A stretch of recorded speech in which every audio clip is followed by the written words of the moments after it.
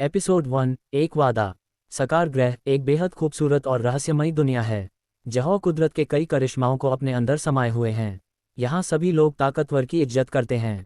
ताकतवर यहाँ पर कानून बनता है और कमज़ोर उन कानूनों को सिर झुकाकर मानने के अलावा कुछ नहीं कर सकता। यहाँ सही या गलत का कोई मतलब नहीं होता है। जिसके पास ताकत है वह जो चाहे वह कर सकता है। ऐसा ही हो रहा देवराज और उसके परिवार के साथ। उसके परिवार को उस दल वाले उसी के घर से बाहर निकल रहे थे। देवराज ने गिड़गिड़ाते हुए कहा, हुजूर आप हमारे साथ ऐसा मत करो, हम पर थोड़ा रहम कीजिए। हम कहाँ जाएंगे, आखिर हम भी तो इस दल के ही मेंबर्स हैं। उसे मोटे तगड़े आदमी ने कहा, देवराज तुम तो जानते ही हो कि मैं जो भी करता हूँ वह लीडर के कहने पर ही करता हूँ, और रही तुम्हारे इस दल के एक मेंबर होने की बात, तो तुम एक काले धब्बे से ज़्यादा कुछ भी नहीं हो, जो न जाने कई सालों से एक ही रैंक पर अटके हुए हो, और अब तक तुम्हारे परिवार ने भी कोई भी ऐसा योद्धा तैयार नहीं किया है जो हमारे इस महान दल को और आगे बढ़ाने में मदद करें। तुम हमारे दल के लिए केवल काले धब्बे की तरह हो, जिसे लीडर काटकर अलग कर देना चाहते हैं। उसे मोटे आदमी जिसका नाम धीरेंद्र था, उसकी बातों को सुनकर देवराज की आंखें शर्म से झुक गई और वह आगे कुछ न बोल सका। धीरेंद्र सत्यम दल के 3 सैनिक टुकड़ियों में से एक का सेनापति था। बाहरी सैनिकों का सेनापति था। धीरेंद्र को सेनापति बने कुछ ही साल हुए हैं, लेकिन इससे पहले देवराज की एक आम योद्धा होने के बाद भी धीरेंद्र से ज़्यादा उसकी इज्जत किया जाता था। और यदि देवराज को गहरी चोट ना लगी होती जिससे उसकी शक्तियां कम नहीं होती, तो धीरेंद्र की जगह सेनापति देवराज को ही बनाया जाता है, लेकिन ऐसा नहीं हुआ। दरअसल देवराज ने दल के एक बुजुर्ग की जान बचाने के लिए अपनी जान खतरे में डालकर उसे बुजुर्ग को बचाया था, जिसमें में देवराज को गहरी चोटें लग गईं, जिससे उसका रैंक बढ़ना रुक गया और वह कमज़ोर भी हो गया। उसकी शक्तियां भी कम हो गईं, जिसकी वजह से उसे सेनापति नहीं बनाया गया। उसने जिस बुजुर्ग की जान बचाई थी, उस बुजुर्ग का ओहदा दल में काफ़ी ऊंचा होने के कारण ही अब तक देवराज और उसके परिवार को दल में रहने की इजाज़त दी गई थी। लेकिन वह बुजुर्ग कुछ साल पहले ट्रेनिंग के लिए चले गए थे और अब तक नहीं लौटे, और उन्हें काफ़ी साल बीत गए। दल में काफ़ी लोग मानने लगे कि वह बुजुर्ग अब नहीं रहे, और यही कारण है कि आज धीरेंद्र को देवराज से अपनी दुश्मनी निकालने का मौका मिल गया। धीरेंद्र मन ही मन देवराज से बहुत नफरत करता था। वह कभी भी उसे इस दल का हिस्सा बने रहते हुए नहीं देखना चाहता था। धीरेंद्र ने फिर कहा, तुम्हें शर्म भी आती है खुद को इस महान दल का मेंबर बताते हुए? तुम्हें शर्म नहीं आती होगी, लेकिन हमें तुम्हें अपने दल का मेंबर बताते हुए बहुत शर्मिंदगी महसूस होती है, और यह बात लीडर को भी अच्छी तरह से पता चल गई है। इसीलिए उन्होंने तुम्हें इस दल से धक्के मारकर बाहर कर देने का आदेश दिया है। जो चले जाओ यहाँ से, इससे पहले कि मैं सैनिकों से कहकर तुम्हें धक्के मारकर यहाँ से बाहर फेंकवा दूँ। ये सारी बातें बिस्तर पर बीमार पड़ा उसका बेटा रुद्र बड़े ध्यान से सुन और समझ रहा था। उसे बहुत तेज गुस्सा आ रहा था, लेकिन बीमारी के चलते कुछ भी बोल या कर नहीं सकता था। फिर भी उसने उठने की बहुत कोशिश की, पर उठ नहीं सका। देवराज अब तक सारी बातें अच्छी तरह से समझ चुका था। उसके कुछ और बोलने या कहने का धीरेंद्र पर कोई असर नहीं पड़ने वाला था। वह आज पक्का मन बनाकर आया था, इसलिए उसने और कुछ कहना सही नहीं समझा और घर के अंदर जाकर अपने सारे सामान समेटने लगा। उसकी आंखों से आंसू छलक रहे थे। उसने एक आखिरी बार अपने घर को और अपने आसपास की चीज़ें हाथों से सजाई हुई और पेड़ पौधों को देखने, जिसे बड़े ही प्यार से उसने और उसकी बीवी लक्ष्मी ने बड़े प्यार से अपने आंगन में लगाया था। उसने अपने बीवी बच्चों को चलने के लिए कहा और रुद्र को अपने कंधे पर उठा लिया। रुद्र ने अपने बाबा देवराज की आंखों में छलकता हुआ आंसू देख तो उसका खून खौल उठा, और बाहर खड़े धीरेंद्र के होठों पर फैली मुस्कान देखकर रुद्र के आंखों में खून उतर आए।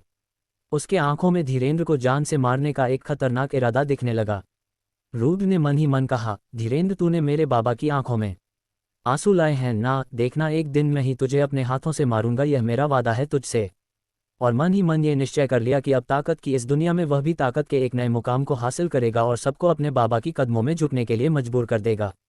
उस दिन उसकी आंखों में एक नई आग दहकती हुई नजर आ रही थी। देवराज को धीरेंद्र ने आधी रात में बाहर निकाल दिया था। देवराज और उसका परिवार सुनसान गलियों में चल रहे थे। आसपास अजीब सी शांति फैली हुई थी। वह सभी धीरे धीरे चलते हुए शहर के बाहर आ गए और शहर के बाहर बने एक वीराने से आश्रम में जाकर आश्रय ले लिया। वहां जाकर देवराज ने अपने बेटे रुद्र को एक लकड़ी के खाट पर लिटा दिया और पोटली से एक शीशी निकाली, जिसमें से 1-2 बूंद रुद्र के मुंह में डाल दिया। जैसे ही रुद्र के मुंह के अंदर दबा गई, रुद्र अचानक से उठकर बैठ गया। अब क्या करेगा रुद्र, और क्या थी उसे शीशी में, जिसे पीते ही रुद्र अचानक से उठकर बैठ गया। जाने के लिए आगे पढ़े मेरे इस कहानी रुद्र द न्यू गॉड हमारे यूट्यूब चैनल पर। एपिसोड 2। हरे कलर का तरल।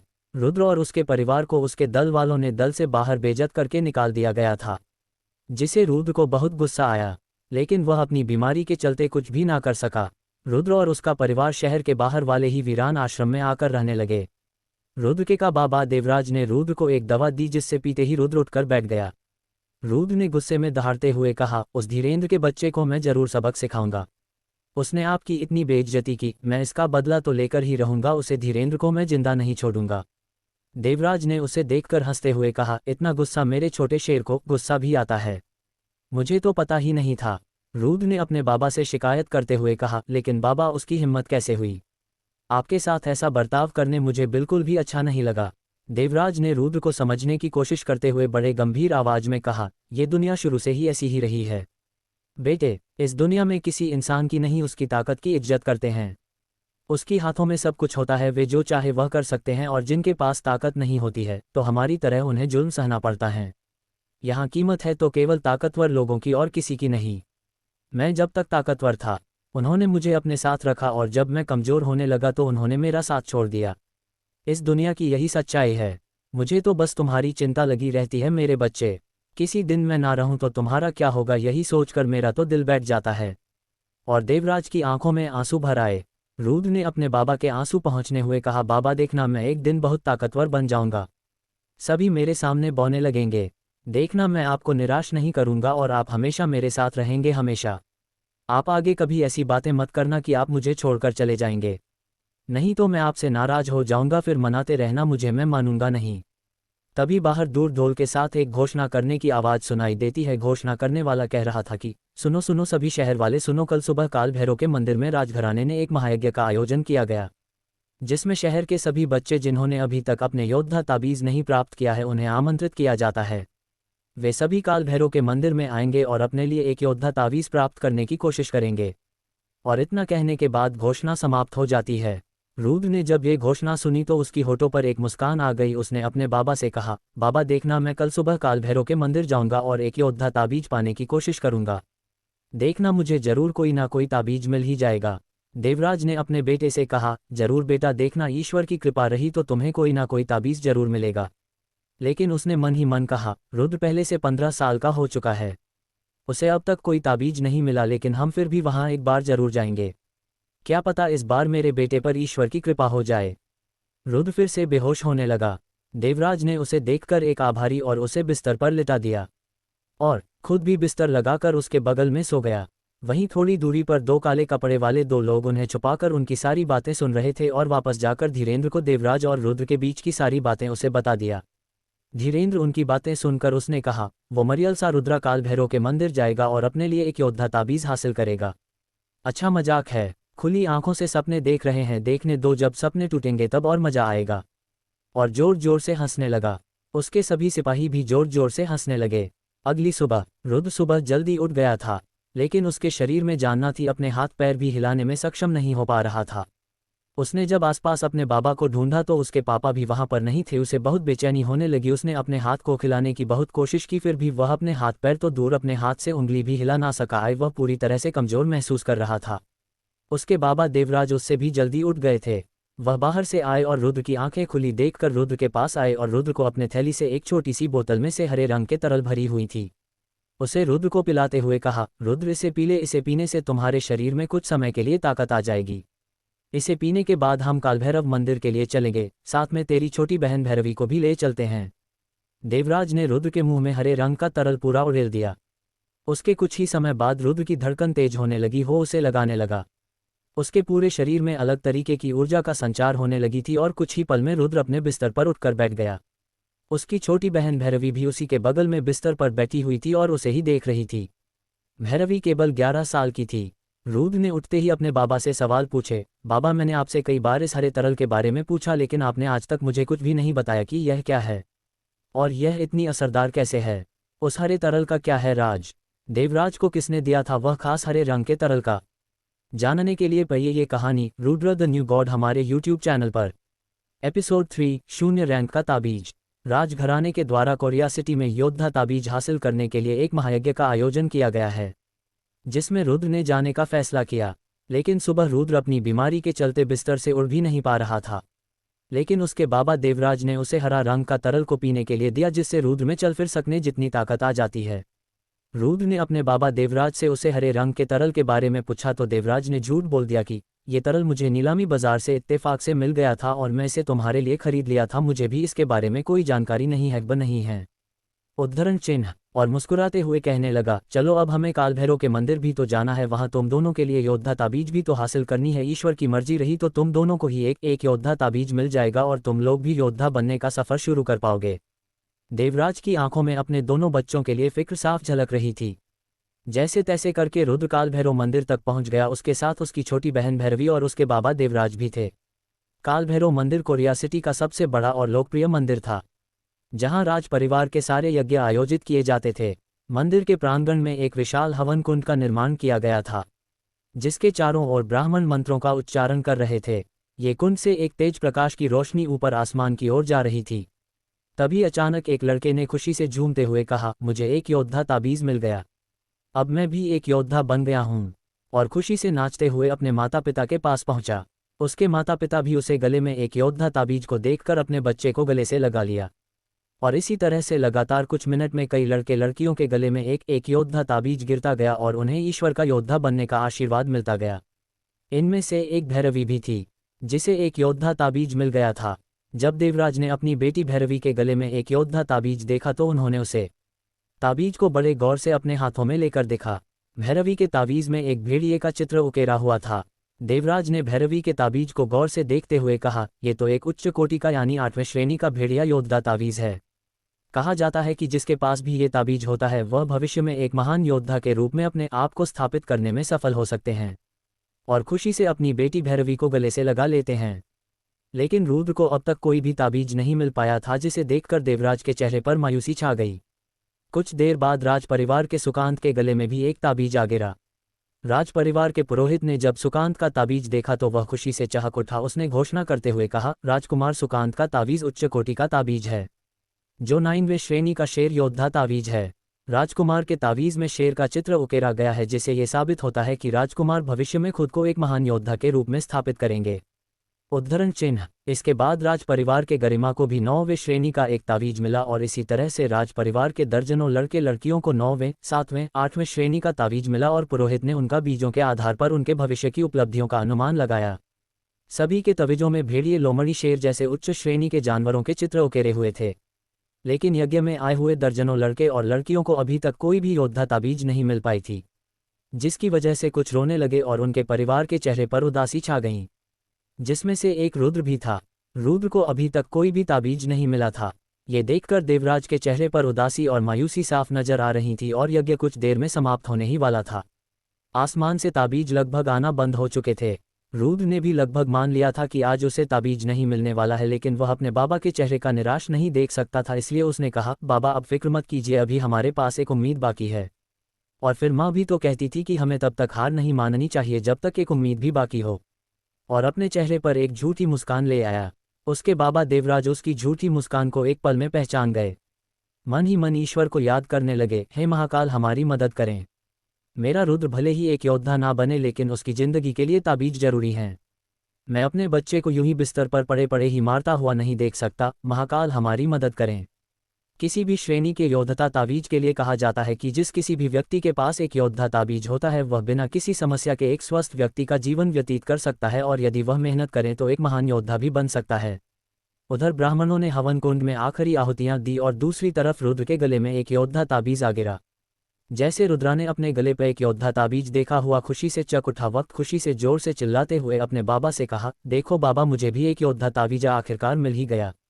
रुद्र के चेहरे पर उसकी खुशी साफ छलक रही थी। जब देवराज ने अपने बेटे के चेहरे पर इतनी खुशी देखी तो उनकी भी आंख खुशी से भर आई।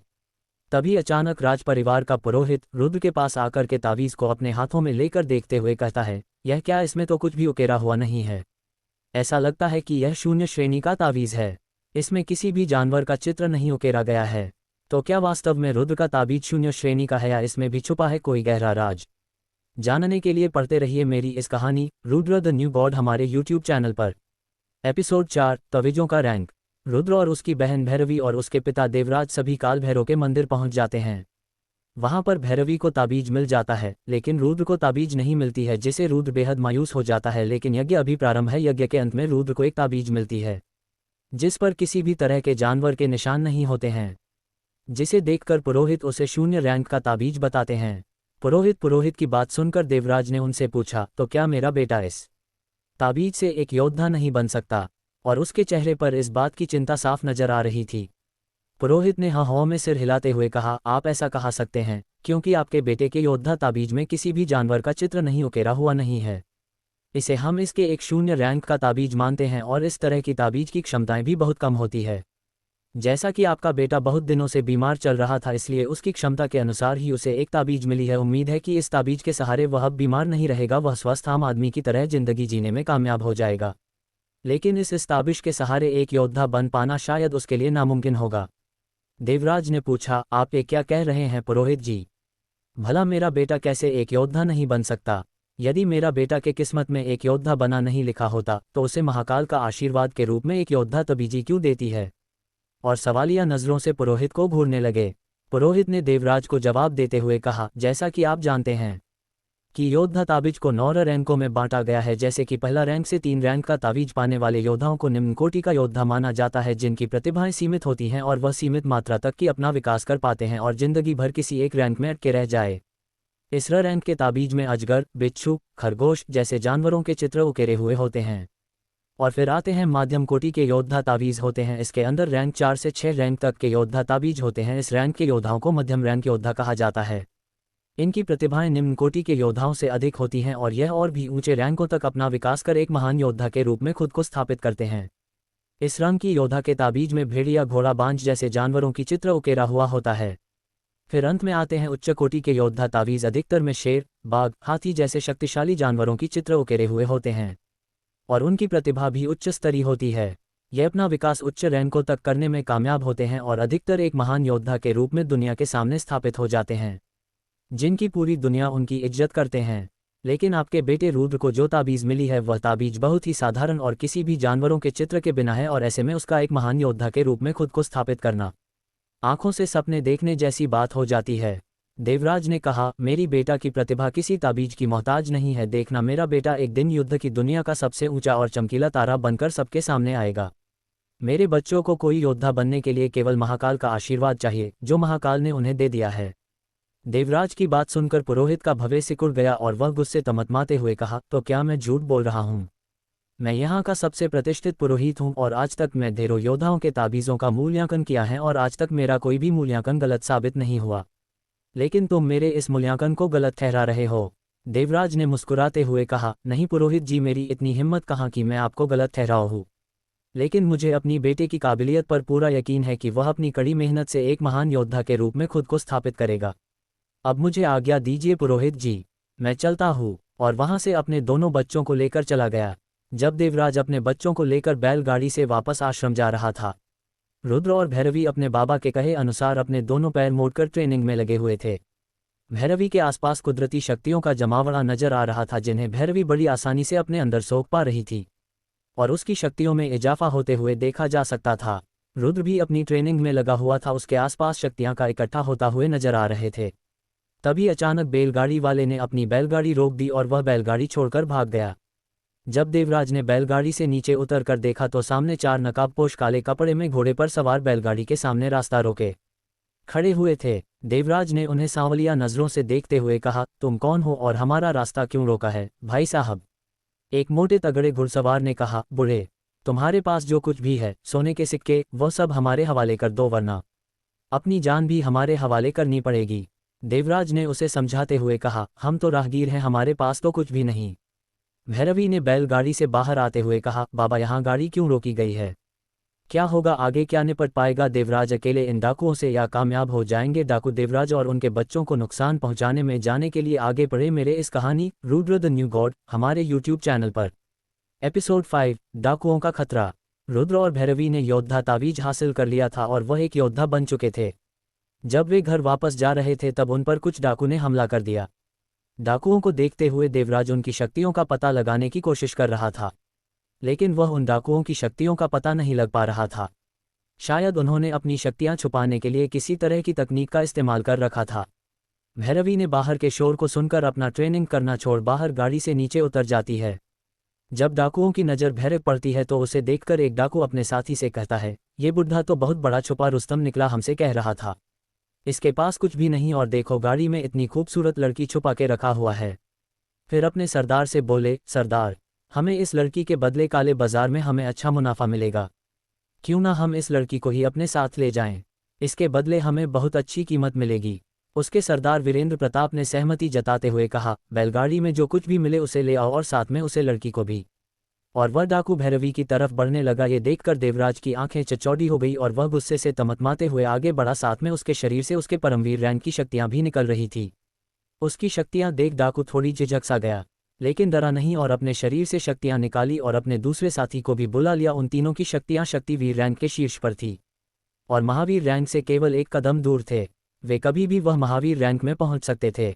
ये तीनों तो शक्तिवीर रैंक के शीर्ष योद्धा है, उनकी मिलीक जुली शक्तियों से मैं अकेले नहीं लड़ सकता। मुझे कैसे भी करके यहाँ से बच के निकलने का रास्ता बनाना होगा। और अभी तक इसके लीडर ने अपनी शक्तियां भी नहीं दिखाई, पता नहीं वह किस रैंक का योद्धा होगा। देवराज ने मन ही मन सोचा, अच्छा तो तुम महावीर रैंक के योद्धा हो, मैं भी देखता हूँ कैसे तुम मेरे 3 शक्तिवीर के शीर्ष योद्धाओं से बचकर जाते हो। और मन ही मन सोचने लगा, आज तो मैं अपने बॉस का काम पूरा करके ही जाऊंगा, आज इनमें से कोई भी जिंदा नहीं बचेगा। देवराज ने उन दोनों को आगे बढ़ते हुए देखा और अपने कमर में बंधे एक पतली तलवार निकालकर और तेजी से उन दिनों की तरफ बढ़ता है। तीनों योद्धाओं ने भी अपनी अपनी तलवार निकाली और उन्होंने अपनी तलवार में शक्ति भेजने लगे, जिससे तलवार की चमक और तेज हो गई। तीनों ने देवराज को घेर लिया। देवराज ने उन तीनों की तरफ मुस्कुराते हुए देखा और अपना एक पैर जमीन पर जोर से दे मारा और उसके पैर से शक्तियां निकालकर जमीन में चली गई। और इसी के साथ तीनों डाकुओं के सामने ही एक तेज धमाका हुआ, जिससे तीनों डाकू उछलकर दूर जाकर गिरे। तीनों योद्धा के कपड़े फट गए और उनके शरीर खून से सन गए। तीनों योद्धाओं के मुंह से खून निकलने लगा, लेकिन फिर भी तीनों योद्धाओं ने हार नहीं मानी और तीनों उठ खड़े हुए और कहा, ये बुढ़ा तो महावीर रैंक का योद्धा है, इससे लड़ने के लिए हमें अपनी शक्तियां मिलनी होगी, इसलिए हमें त्रिकोण तकनीक का इस्तेमाल करना चाहिए, नहीं तो हम इसे नहीं लड़ पाएंगे और ऐसे ही घायल होते रहेंगे। और तीनों योद्धाओं ने एक दूसरे का हाथ पकड़कर अपनी शक्तियां मिलने लगे। मुझे देखकर ऐसा लग रहा था कि वह इस तकनीक का इस्तेमाल हमेशा करते हैं। उन तीनों की मिली जुली शक्तियां महावीर रैंक के शीर्ष योद्धा जितनी हो गई। तीनों योद्धाओं ने देवराज पर एक खतरनाक हमला किया। तीनों योद्धाओं ने चिल्लाते हुए कहा, त्रिकोण तकनीक का हजारा तलवार तकनीक। तीनों योद्धाओं की मिली जुली शक्तियां तेजी से देवराज की तरह बढ़ रही थी और फिर वह छोटे छोटे तलवारों में बदल गई। शक्तियों के आगे बढ़ाने के साथ हवा के काटने की आवाज तेज हो गई। देवराज भी शक्तिवीर रैंक का शीर्ष योद्धा था, इसीलिए इस हमले में छिपी शक्तियों को वह अच्छी तरह से समझ रहा था। इसलिए उसने भी अपनी सारी शक्तियां इकट्ठा करके एक बड़ी सी तलवार बनाया, जो सभी तलवारों से जाकर टकरा गया। इस हमले में इतनी ताकत थी कि सभी योद्धा कुछ कदम पीछे हो गए और खून की उल्टियां करने लगी। और देवराज ने खुद को संभालते हुए एक और हमला कर दिया, जिससे तीनों योद्धा को संभालने का मौका ना मिले, लेकिन बीच में वीरेंद्र प्रताप युद्ध में शामिल हो गया और देवराज के हमले को रोक दिया। वह भी एक शक्तिवीर रैंक का शीर्ष योद्धा था, जो कभी भी परमवीर रैंक हासिल कर सकता था। देवराज ने कहा, एक शक्तिवीर रैंक का शीर्ष योद्धा है, मरे गए, मुझे यहाँ से बचकर निकलने का कोई रास्ता ढूंढना होगा। वीरेंद्र प्रताप ने कहा, देवराज तुम मुझे समझ में करने का वादा किया है। देवराज ने पूछा, कौन है तुम्हारा बॉस और वह मुझे क्यों मारना चाहता है? वीरेंद्र प्रताप ने कहा, तुम क्या करोगे नाम जानकर, वैसे भी तुम थोड़ी देर के मेहमान हो, लेकिन तुम्हारी आखिरी इच्छा समझकर मैं तुम्हें अपने बॉस का नाम जरूर बताऊंगा, लेकिन उससे पहले तुम्हें मरना होगा। और जोर से चिल्लाते हुए कहा, तूफानी तलवार टेक्निक, और उसके शरीर से शक्तियां निकालकर एक बवंडर की तरह गोल गोल घूमने लगीं, जिससे छोटे छोटे तलवारें निकालकर हमला कर रही थीं। वीरेंद्र प्रताप ने कहा, अब तुम मेरी इस तकनीक से तुम नहीं बच सकते। देवराज, आज तुम्हारे जीवन का आखिरी दिन होगा। तो क्या सच में ये रुद्र के बाबा देवराज का आज आखिरी दिन हो गया होगा? कोई चमत्कार जानने के लिए पढ़ते रहिए मेरी कहानी रुद्र द न्यू गॉड हमारे यूट्यूब चैनल पर। ये कहानी अच्छी लगी तो हमारे यूट्यूब चैनल को जरूर सब्सक्राइब कीजिएगा और लाइक और शेयर करके जाएगा, और इसी तरह की अच्छे स्टोरी सुनने के लिए हमारे यूट्यूब चैनल को सब्सक्राइब जरूर कीजिएगा। तो देरी मत कीजिए, जल्दी से जाकर जुड़ जाए।